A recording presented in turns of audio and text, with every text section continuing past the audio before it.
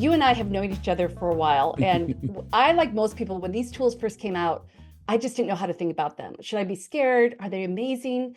Are they good? Are they bad? And I appreciate that having you as an expert to just help me think about how to think about them. And so, Hmm. because you're a humanist too, you're not just trying to design tech for tech's sake. You just said that it needs to serve human needs. So can you give us a little bit of an overview about how these tools work and how to think about them? Like, Yeah, let's it's focus on language. language. So how does Yep. the language thing work? Well, it's kind of astonishing. The LLMs, the large language models, this is the basic technology for generative AI in their modality of language, was an accidental discovery of people working on language translation, French to English and so on. Mm, And the generator of generative AI is essentially they came up with a scheme to say take a sentence in one language and encode it in such a way that you could generate the sentence in the other language.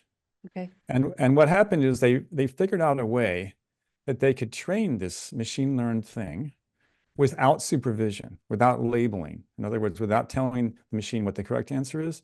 They figured out a way of just saying, read a million lifetimes of literature on the internet and try to do this task. And that's what we have today. That's how it works essentially. It can just generate sentences given a beginning of a sentence.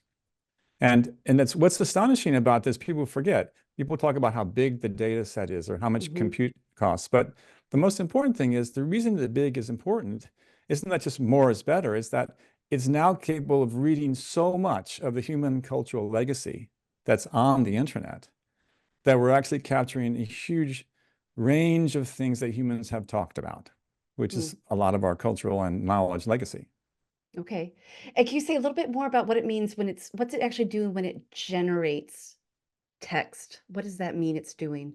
Yeah, it's essentially doing when you're texting on your phone or something, you type a couple of characters in, it gives you a word, it might autocomplete, right? It's doing that Right. at multiple word levels.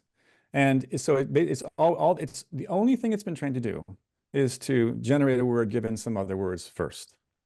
Given And the kind yet of common pattern of those words. the pattern of those words. But the thing is, it's been forced by, it says, I want you to do that task so well that you can compact the entire internet into one model. Okay.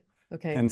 And the only way to compact the whole internet into one model in this one task is to Hmm. essentially learn all the generalizations that are being talked about in human language.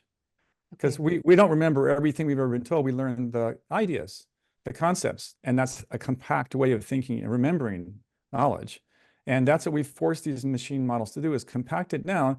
So even though it's just the only task is autocomplete, it's autocomplete in a way that captures the regularities in what has been said in the human language it's been trained on.